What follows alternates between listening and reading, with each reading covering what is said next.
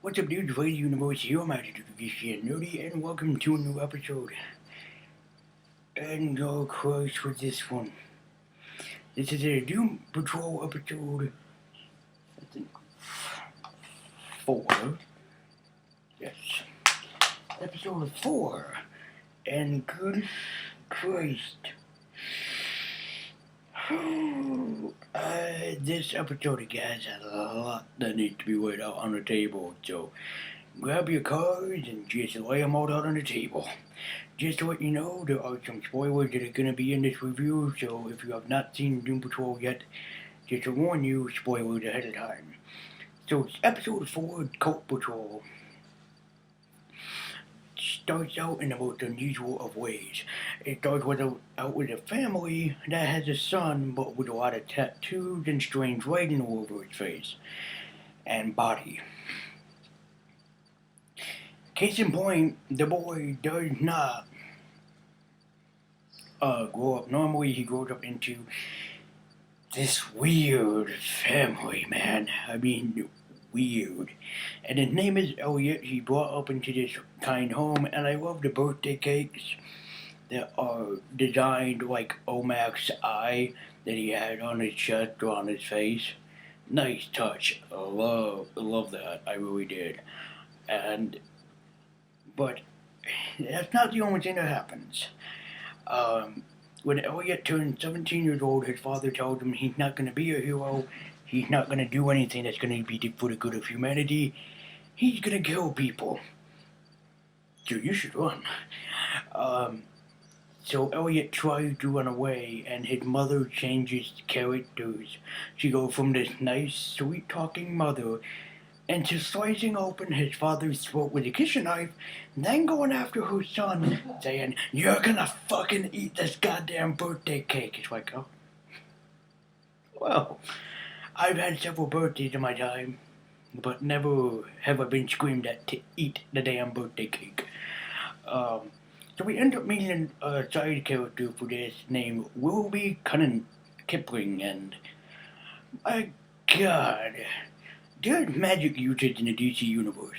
There's Doctor Fate, there's John Constantine, there's Zatanna, there's Zoriel, there's Zatanna, there's Blue Devil, but never ever did I see anything on bullcrappery with his magic Wilby's. Oh, good God. So you still see that Cyborg is still trying to bring the team together, but the team doesn't really want to be together. And in fact, that they're a band of mischiefs doesn't make the whole thing better. Everybody sort of is against each other, so to speak, to becoming superheroes. Like, Rita gets kind of told off in this, and Larry doesn't want to be a superhero because he thinks the whole ordeal is kind of childish and deranged. And Jane has gone, metaphorically, bye-bye. Yeah, Jane is not in control of her body. She is just, well, case in point, she is locked away while her other personas take over. Namely, 2 personas. Technically 3. You have Baby Doll, Hammerhead, and, I guess we'll just call it, I forget what his name, Penny Farthing. Are the 3 personas that we see mostly present in this episode, which, again, this episode was great. So when we first meet Wilby, he's in a hotel room trying to fight off these, this cult of nuns and whatnot, and apparently the doom of the world had taken over, so much so that a poor padre in Spain has holes in his hands, but they're not for show. They're not like Bullseye from Daredevil. They are legit wormholes that he has that can teleport people into Nuremberg. I think Nuremberg? I've heard that name before. I think it's like from Roman mythology. No, Norse mythology. It has to be from Norse mythology. It sounds so familiar. I think I've heard Thor say that at one point where we talked about Nuremberg. So I guess it is, in a sense. And this episode has a lot of weird shit happening in it. I mean, you're gonna feel like you're on drugs watching both of the things happen. Because the first person that will be called upon is a horse by the name of, I think his name is Bellamy or something like that. And when it comes out of the table, it's a seeming magical unicorn. No, I did not make that up. It was a magical seeming unicorn. I'm dead serious. But he does a lot of magic kind of similar to John Constantine in this sense. He smokes a cigarette and he puts a line through the wall that basically opening up a doorway. He puts bees and sriracha. You're on your own with that one. And he does a lot of things to try to keep Elliot contained at the Doom Patrol thing. But not everything is as it seems because Elliot doesn't want to be there and he doesn't want to be the book. He's at the point of contemplating suicide.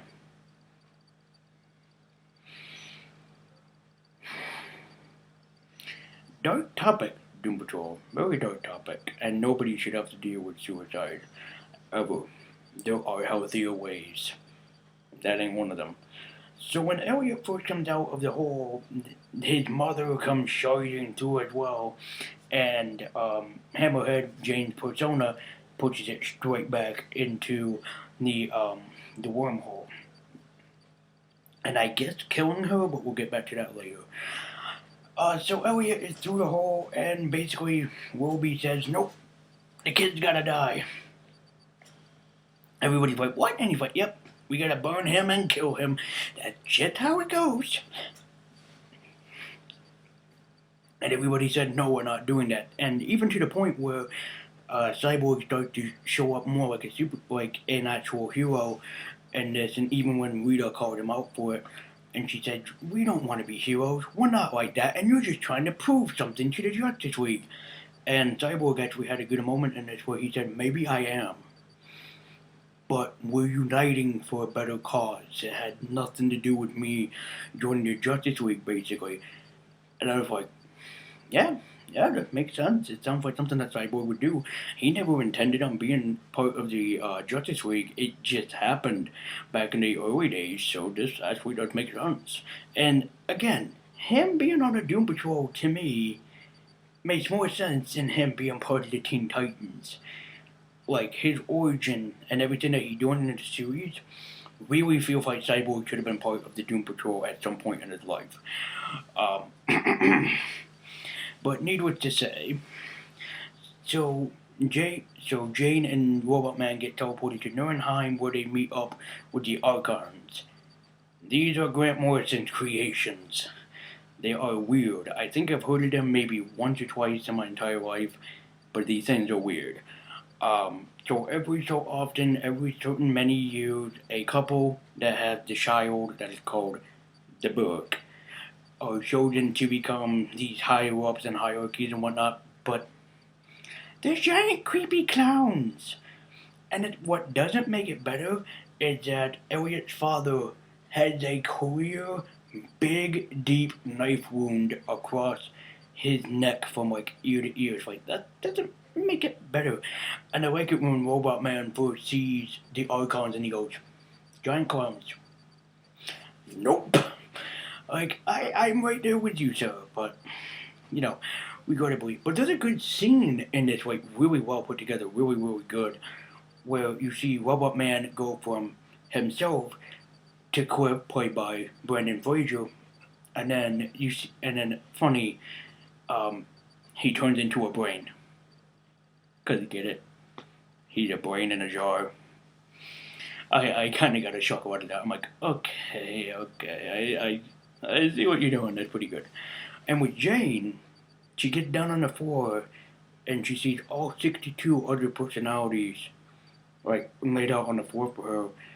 And I was like, that's really cool because you could see Kay, you could see Baby Doll, you could see Hammerhead, you could see Silverton, you could see the other one that had electricity powered. I forget what her name was. Like, you could see them all like laid out on the floor, and it's like, that's really cool. And Cliff and Jane, and I made this connection in episode 1 or 2, they see each other as father-daughter.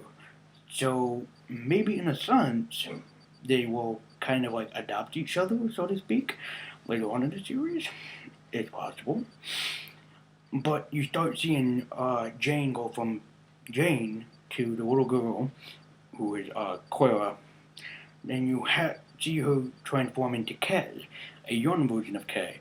So again, something happened to Kay that we're not getting into about yet.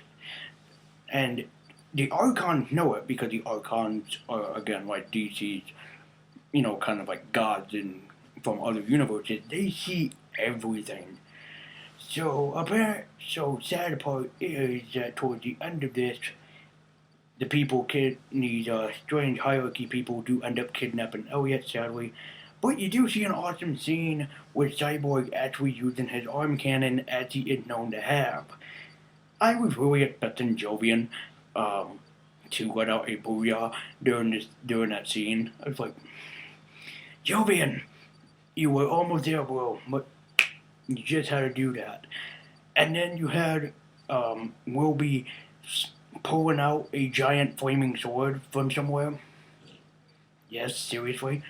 And there is a moment that happens with Wilby and Rita, where Rita actually showed off that she can use electric powers now, which is something I kind of wanted to see her do for the longest time, but now she actually managed to pull it off in this. There's a lot of great comedy also in this as well. I mean a lot of good comedy, especially between the whole entire team.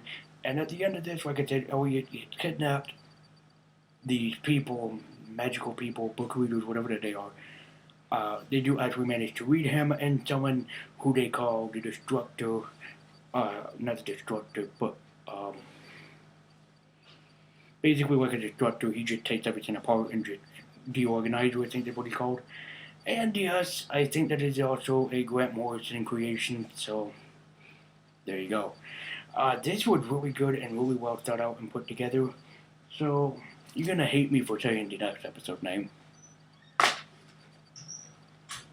The next episode is called, I'm not joking,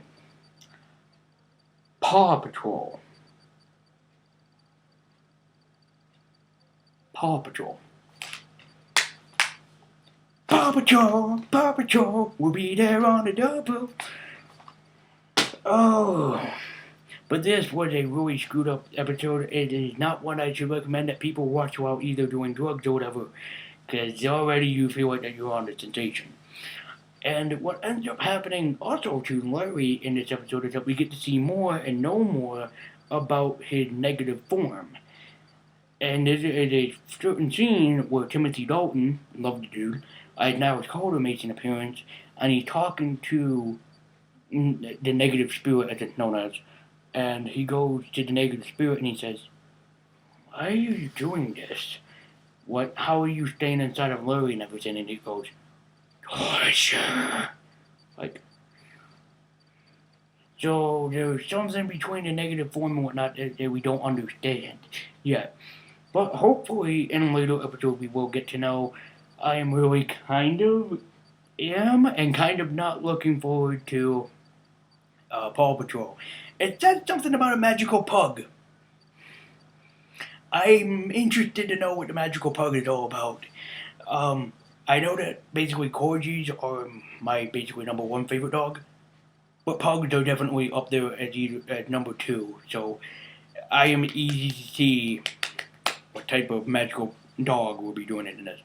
So thank you guys so much for watching. Be sure to like, comment, and subscribe, and be sure to check out my other Doom Patrol episode reviews.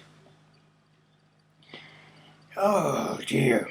Something tells me that the next one's gonna get even crazier than this one. And this is why Doom Patrol is crazy. Because they don't deal with casual things like the Justice League. Oh no. They deal with a lot weirder. Oh yes, and we're gonna see that played out throughout the entire series, season 1. So thank you guys so much for watching. This is Wayne Laser Universe signing out, saying remember, if you see someone putting blood on a penny and you magically see a unicorn coming out, get the hell away from the person. And I'll see you next time.